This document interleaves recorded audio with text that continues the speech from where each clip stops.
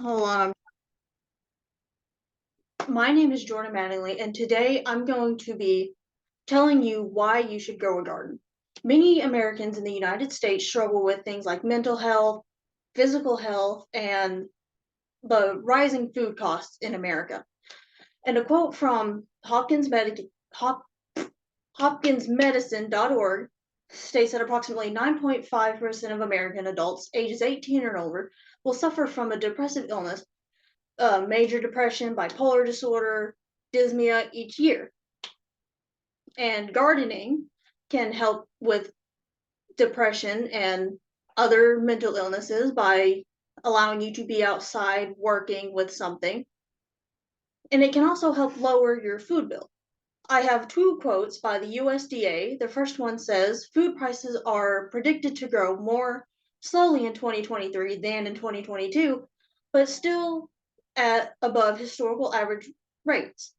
And the other quote from the USDA says 10.2%, approximately 13.5 million of US households were food insecure at some point during 2021. Now, food costs and mental health are not the only issues that many Americans face. Obesity is also an issue in America. And a quote from the NIH website states that according to the World Health Organization, obesity has nearly tripled since 1975 in the United States.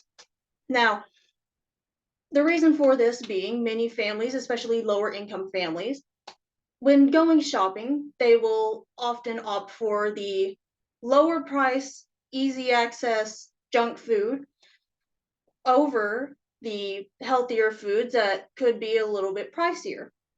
Now, gardening can be a solution to these issues. This quote I have from Science Direct states that domestic gardens have long been linked to reductions in social, emotional, and behavioral difficulties in children ages 4 to 6, better physical and mental well-being in mid-aged and older adults, a reduction in the incidence of depression in older people, the prevention of stress, and the capacity to support stress regulation. That is a quote from Science Direct. Now, gardening, this quote from Gardening Guru also states that gardening is an increasingly popular way to save money on groceries. It can be a great alternative to the expensive grocery store trips, as it can provide fresh, healthy food at a fraction of the cost. That is a quote from Gardening Guru. And when you plant a garden, you don't have to go buy the expensive produce at your local Walmart. You can plant your own food, plant whatever you like. Now, there are some steps to gardening. First and foremost, you have to make sure you have the time for a garden, because if you don't, it will not work. Second, you must research what grows best in your area, where, kind of what seasons, what grows best, where. And you also have to know what you want to grow, which is why you do that research. And you have to make sure you have the space for it. And if you don't have a big, wide area, you can make sure you can get little potted plants or potted like hanging tomatoes. Those are all space conscious plants. And then you have to make sure you have the proper tools, proper soil, to make sure you have good land. And something I want to share is my dad used to have a garden. I remember when I was very young, we had a garden out at my grandmother's house. I remember working a little bit in it. And overall, it was a good experience. And, you could get the food from there. Didn't have to go to the store. And overall, it was just, as far as I remember, a very positive, happy experience. Now, some people might say, gardening, I don't have the resources, I don't have the tools.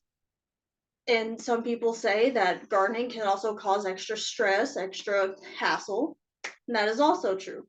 But there are many benefits to gardening as well, as I've said. And now you may be wondering, how much generally can I save while making a garden? How much money can I save?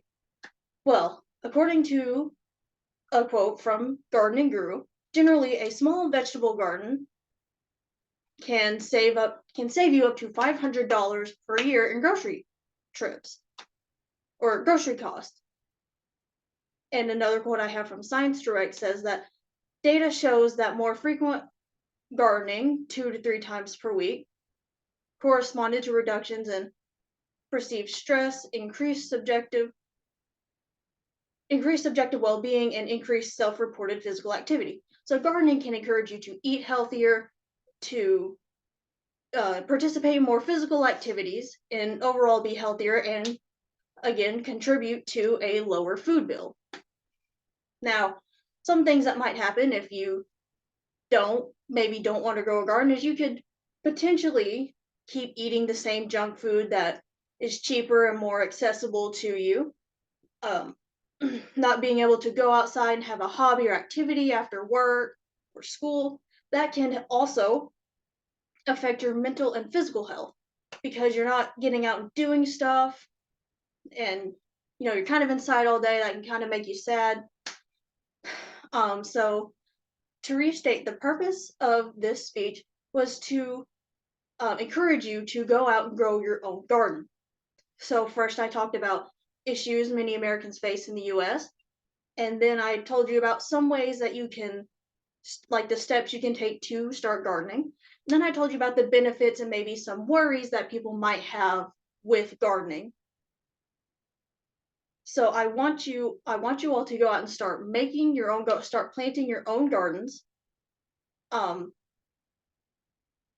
and again, to start your own garden, you must have proper research, tools, and overall commitment to have the time. Thank you all for listening, and I want you all to go out and start your own gardens.